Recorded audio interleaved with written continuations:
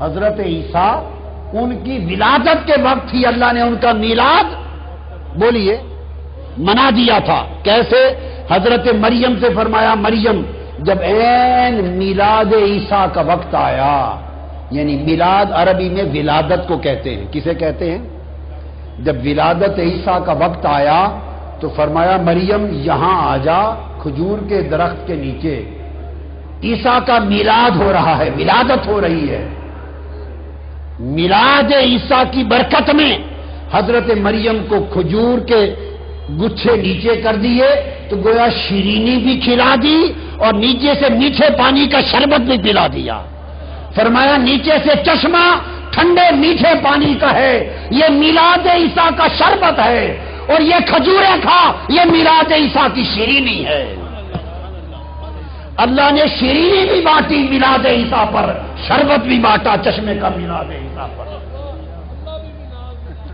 خدا عیسیٰ کا میلاد منائے تو کھجور کی شیرینی اور ٹھنڈے چشمے کے شربت پلائے، اور اس خدا نے جب مصطفیٰ کا میلاد منایا، عیسیٰ کے میلاد پر کھجور بانٹی، مصطفیٰ کے میلاد پر کل عرب میں بیٹے بانٹ دیے، کسی کے ساتھ بیٹی نہیں کی، سارا سال بیٹے عطا کیے، میلاد مصطفیٰ منایا، خشک درخت ہرے کر دیے، وادیاں شاداب کر دی، کمزور دبلے پتلے جانور طاقتور کر دیے، بے اولادوں کو اولاد دے دی۔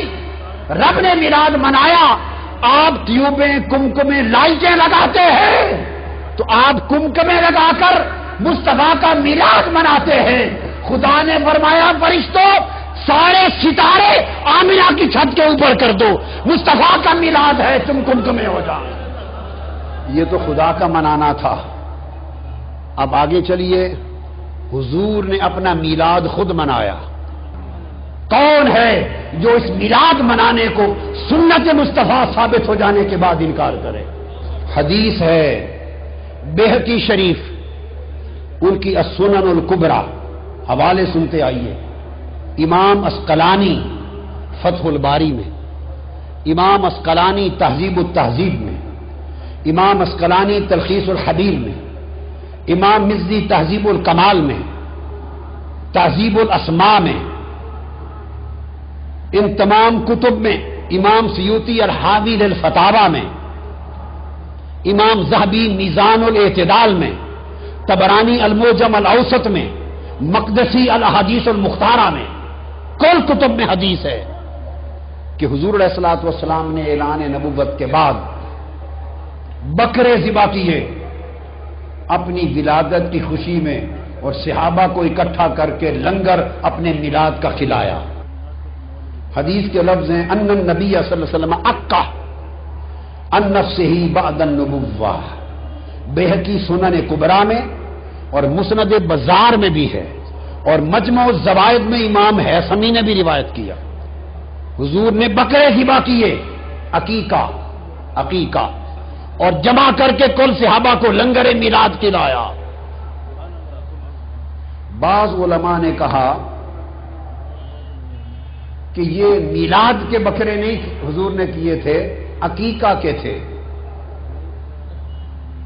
بعض یہ سمجھتے ہیں کہ یہ میلاد کا نہیں تھا، یہ بکرے ذبح کر کے جو لنگر کھلایا تھا یہ عقیقہ تھا۔ یہ اگر عقیقہ تھا اور میلاد نہیں تھا، عقیقہ وفات پہ ہوتا ہے یا ولادت پہ ہوتا ہے؟ عقیقہ کس خوشی میں ہے؟ موت کی، وفات پر ہوتا ہے یا ولادت پر ہوتا ہے؟ ارے کوئی میلاد کا مانے یا عقیقہ مانے، عقیقہ تو میلاد کی خوشی کا کھانا ہے، ولیمہ شادی کی خوشی کا کھانا، عقیقہ ولادت کی خوشی کا کھانا۔ اب ہوا کیا؟ عقیقہ آپ کا 7ویں دن آپ کی ولادت کے بعد حضرت عبد المطلب آپ کے دادا نے کر دیا تھا۔ زاد المعاد امام ابن القیم روایت کرتے، علامہ ابن تیمیہ کے شاگرد، امام حلبی سیرت حلبیہ میں روایت کرتے کل کتب میں کہ حضرت عبد المطلب آپ کے دادا نے ولادت کے 7ویں دن عقیقہ کر دیا تھا، اور عقیقہ کبھی 40-50 سال کی عمر میں نہیں ہوتا، کسی مولوی صاحب کو کہہ دیں بڑھاپے میں عقیقہ رچا لے اپنا، نمازی کہیں گے مینٹل ہو گیا ہے مولوی، نمازی کہیں گے مولوی صاحب مینٹل ہو گیا، 50 سال کی عمر میں عقیقہ کھلا رہا ہے۔ عقیقہ نہیں ہوتا 40 سال کی عمر کے بعد، کب ہوتا ہے؟ ابو داؤد شریف، سنن ابی داؤد اٹھائیے، سنن ترمذی، ہر کتاب حدیث کی، عقیقہ صرف 7ویں دن ہوتا ہے ولادت کے، اور حدیث میں حضور علیہ السلام نے فرمایا اگر 7ویں دن توفیق نہ ہوئی تو 14ویں دن 14، اگر 14ویں دن توفیق نہ ہوئی 21ویں دن 21، بس یہ عقیقے کے دن مقرر ہیں۔ حضور کا عقیقہ 7ویں دن ہو گیا صلی اللہ علیہ وسلم۔ سوال یہ ہے 7 دن بھی گزر گئے، 14 دن بھی، 21 دن بھی، تو 40 سال کے بعد بعد النبوہ، اعلان نبوت کے بعد ابھی عقیقہ کرنا تھا؟ استغفر اللہ العظیم۔ اگر ذہن میں یہ خیال آئے کہ اس لیے عقیقہ کیا کہ جب آپ کا عقیقہ کیا گیا تو وہ دور جاہلیت تھا، قبل البعثہ، قبل البعثہ، تو آپ نے چاہا ہوگا کہ میں اپنی نبوت کے بعد اپنی شریعت میں پھر دوہراؤں، اعادہ کروں، ایک خیال ہے، اس کا جواب دیتا ہوں کہ شاید آپ نے فرمایا کہ وہ بعثت سے پہلے دور جاہلیت میں تھا اور میں نبوت کے بعد دوہراؤں۔